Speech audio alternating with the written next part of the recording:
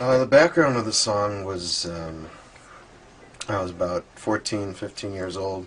I was a freshman in high school, and I came home on spring break from my parochial religious boarding school I was attending, where we were not allowed any interaction with the opposite sex whatsoever. And went out with a buddy of mine who lived across the street from me and met a friend of his who I fell for immediately. She was a freshman at Northwestern University, black hair, green eyes, beautiful and lingerie model, and I was completely swept away by it. But she had very bad habits. She was a very serious heroin addict, and pulled me into it a little bit. I was able to get her to pull off of it for a while. She became codependent on me, and started losing it.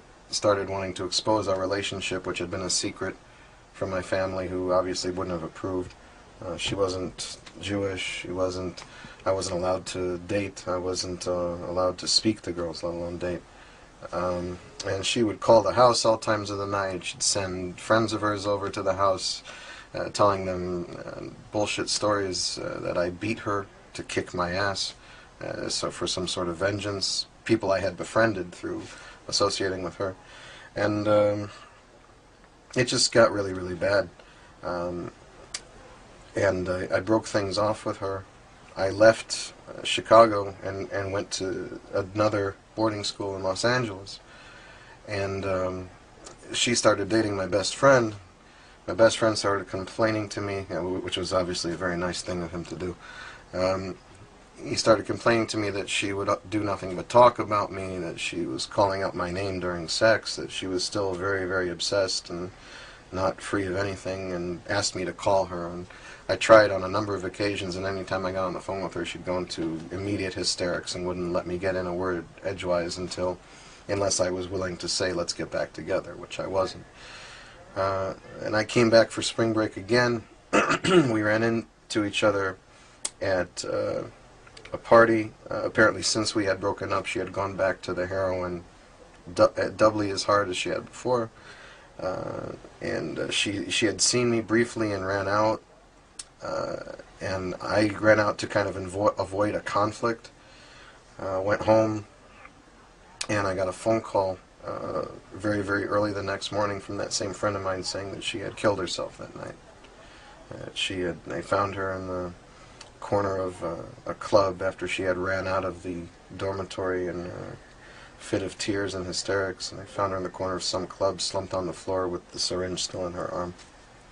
And that on the way to the hospital, that all she would say is that it was because of me that I wouldn't be with her, that there was no point living if I wasn't with her.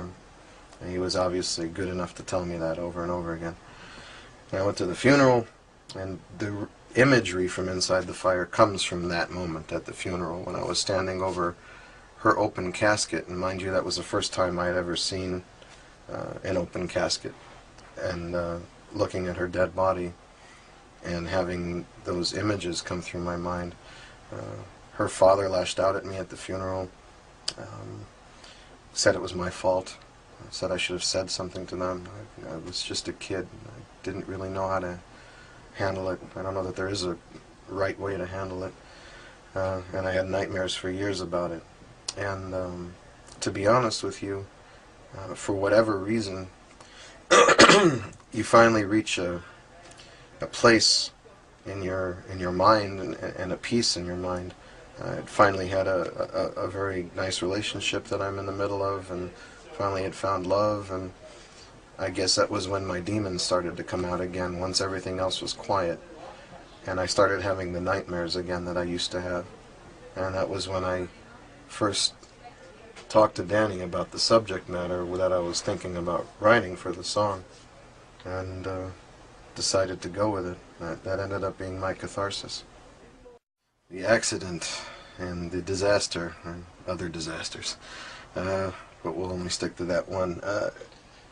I had just fixed, I had just gotten the bike and was getting ready to have it fixed up to take it down to Sturgis. And I was on my way to my buddy's shop, and this guy cut me off, and it wasn't even going that fast, maybe 25, 30 miles an hour, and he just turned right in front of me whether I was coming or not, and I had to hit both brakes, the front and rear wheel locked up. I had to lay the bike down because I was still moving forward, and so I skidded along the pavement. You can still kind of see the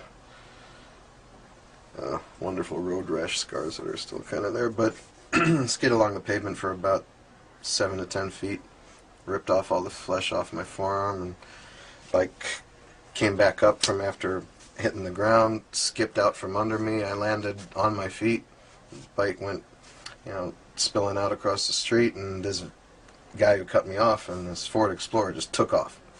And so I hit the ground on my feet and ran after him, and then the people who were at the accident that saw it after I'd gotten up, and I didn't even take the time to pull the bike out of the street yet, they held me down. They're like, no, what are you doing? I'm like, no, I have to go after that guy. He just cut me off. I'm like, no, you don't realize what just happened to you. You just scraped along the ground with 700 pounds of bike. So I stopped there for a second, and then all of a sudden this van came over, door opened, they recognized who I was. It was a van full of Mexican gentlemen. They're like, come on, man, get in the van, we'll go get the guy. We saw what happened. That's bullshit. Let's go after the guy. So I jumped in the van with these guys, run 4 blocks down, and there was the guy pulling into this house. So I took down his license plate number, and I took down the address of the house, went back to the accident site. The police and the ambulance are waiting there for me. I get in the ambulance. They're pulling the asphalt out of my arm, and I'm bleeding all over the place, and they asked me, what happened? I told them what happened, and I gave them the information to go get the guy. They went in and they got the guy, and his excuse for running off was that he didn't speak any English and he had to get his daughter to translate for him. He had some Mickey Mouse insurance and didn't really add up to much, but I got the bike fixed in 2 weeks' time, really quick. My buddy pulled it all together, got an awesome new paint job on it that I only got to see for a few days, and went up to Danny's house to work on some of the material with him and Mikey, and came back with the new CD of fresh stuff, popped it in the stereo at home, after pulling the bike back in the garage. Mind you, this all happened after taking it 1,000 miles to Sturgis, riding it 500 miles at Sturgis, and trailering it 1,000 miles back from Sturgis. I'm in the house for maybe 2.5 hours, and a neighbor comes pounding on my door. Get out of your house, your garage is on fire. I grabbed my dog, Lisa, run out of the house. The garage is going up in flames. Apparently it was a fuel leak from the bike that was ignited by the hot water heater in the garage that heats the rooftop hot tub, and it exploded, blew out the garage door, ripped it right off the hinges, and destroyed the bike, my truck, and the garage. So it was not a very pleasant day. Or days. No, we're not concerned about it. We played plenty of shows with Slipknot in the past. We love all those guys. We love everybody on that bill. I mean, it's a powerful monster movie bill. And that's, once we heard some of the lineup, that was a big reason for us to want to do it. And I think just the heat with us coming out with new material, new album, and Slipknot going into the studio and have an album coming out, it's supposed to be the end of the summer. It's just going to be the big summer tour to be on, so we definitely wanted to be part of this. We also have always been motivated by being on a bill with a lot of other powerful bands. It makes us step up our game. I think it makes you a better musician, or better musicians, when you are on a bill and share a stage with other bands that you respect and admire. And we certainly respect and admire many of these bands, and so I think it's going to,